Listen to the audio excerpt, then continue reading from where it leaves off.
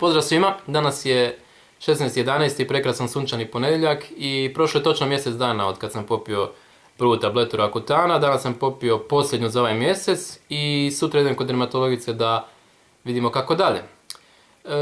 Ovaj tjedan se ne razlikuje toliko od prethodnih, standardno sušenje usica, sušenje kože, a ostalo je sve ok. I sad se približi bliže. Dakle, crvenilo je standardno, ovdje mi je izišla jedna pustula, ispucale usnice kao što vidite,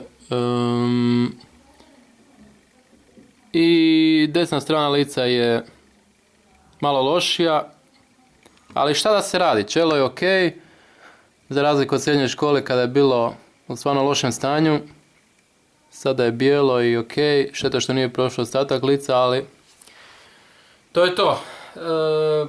Vidimo se za tjedan dana, do tad pozdrav.